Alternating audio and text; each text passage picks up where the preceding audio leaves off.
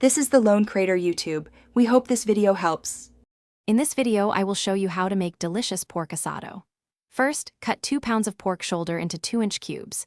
In a large bowl, combine 1/2 cup of soy sauce, 1/4 cup of vinegar, and 4 cloves of minced garlic. Stir in 2 tablespoons of brown sugar, 1 teaspoon of black pepper, and 2 bay leaves. Add the pork to this mixture, ensuring each piece is well coated. Marinate for at least 30 minutes or for best flavor. Refrigerate overnight.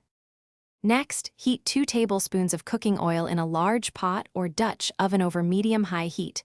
Remove the pork from the marinade, reserving the liquid, and brown the pork pieces on all sides until they have a nice golden crust. This step adds depth of flavor. Once browned, pour the reserved marinade into the pot. Add 1 cup of water, bringing the liquid to a gentle simmer. This creates the rich sauce. Now, reduce the heat to low, cover the pot, and let the pork simmer gently for 45 to 60 minutes. Stir the mixture occasionally to prevent any sticking and to ensure the pork cooks evenly. The goal is for the pork to become incredibly tender, easily shredding with a fork. The sauce will also reduce and thicken slightly, concentrating all those wonderful flavors. Taste and adjust seasonings if needed. Finally, your delicious pork asado is ready to be served. Ladle generous portions over a bed of freshly steamed white rice.